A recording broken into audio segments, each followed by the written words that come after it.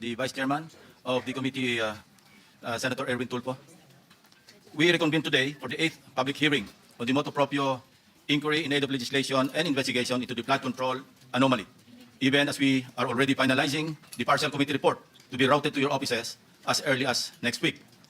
Contrary to the lies and obfuscations that naysayers are trying to spread around, your Blue Ribbon Committee has accomplished so much since the flood control scandal broke wide open in the middle of last year. Since then, waves of information have dominated the national discourse at every level of our society, local and national. Lest we be drowned out by the rising tide of noise here and there, allow me to run down how much ground we've covered in the course of the committee's 7 public hearings. Since the Bulacan First District Engineering Office was exposed as the epicenter of the biggest corruption saga in recent history, your committee was able to hear and record the sworn testimonies of DPWH District Engineer Henry Alcantara, Assistant District Engineer Bryce Hernandez, JP Mendoza, and the rest of the so-called BGC boys, and laid bare their collective splurging of billions of pesos in several casinos, made possible by their indispensable roles in a mafia-like scheme, not from extortion for protection activities involving business establishments, but through an elaborate conspiracy in siphoning funds from the country's national budget intended for flood control projects to protect lives and properties of Filipinos in low-lying areas. Then, there was former DPWH Undersecretary Roberto Bernardo. Your committee followed the money and paper trails through skillful research and questioning by our members, which revealed the deep web of in-house contracting, bid rigging, padded contract costs, and license renting. This scam was so systematic and brazen, resulting in substandard infrastructure and worse, ghost flood control projects. In the hearings that followed, the case of Bulacan proved to be a gateway, the microcosm of a much more complex and institutionalized plunder within the bureaucracy. Your committee became the stage for shocking and scathing revelations made by the key actors of the flood control scam. We conduct these hearings with such fairness and integrity that those with the truth felt motivated to come forward to testify, while others became tentative and unsure of which path to tread. Let me emphasize one point. We always go where the evidence leads us. We do not target any particular person, nor do we have the intention to cover up for anybody. Thus, we uncovered the top-to-bottom systemic misuse and abuse of public funds involving high officials in the executive and legislative branches, even the Commission on Audit.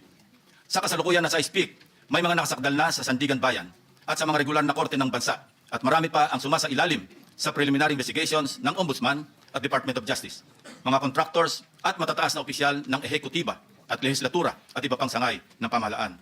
As of the latest count, at least 21.7 billion pesos in bank accounts and other forms of assets are frozen upon written order by the Court of Appeals. May mga sumasailalim na rin sa Witness Protection Program ng DOJ upang tumulong palakasin ang mga ebidensya habang nangangako na magre-restitute ng napagkasunduang halaga sa ilalim ng mga pinirmahang Memorandum of Agreement with the WPP tungo sa logical conclusion ng mga klasong plunder, malversation of public funds through falsification, violations of anti-graft laws at iba pang krimen. We laid out how this deeply rooted scheme operates with systemic precision.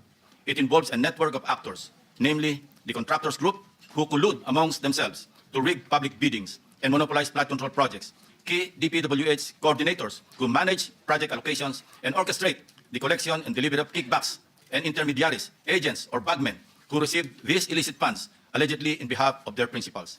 Naging daan din ang mga pagdinig ng komite upang mabuklat ang usapin ng conflict of interest sa Philippine Contractors Accreditation Board or PCAB. We also flagged blacklisted companies resurfacing under new names, the rampant practice of license renting, and the awarding of billion-peso contracts to severely undercapitalized firms. Modesty aside, but significantly, your committee paved the way for the implementation of landmark transparency reforms in our national budget process. These include our transition to live-streamed and open BICAM that detailed budget amendments, insertions if you like, that are now traceable to their proponents. Not to mention stricter safeguards to ensure that no vague or undefined infrastructure projects are included in the General Appropriations Act.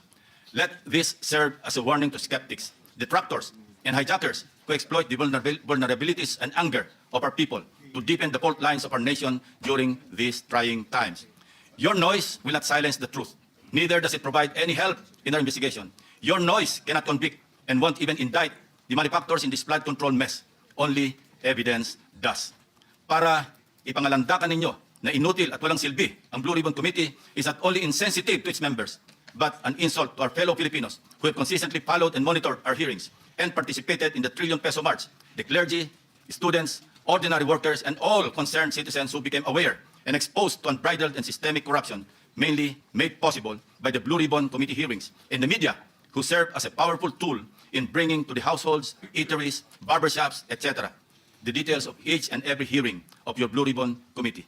With all that being said, as the chairman of this committee, I say to you, shut the F up. Let us now resume our hearings.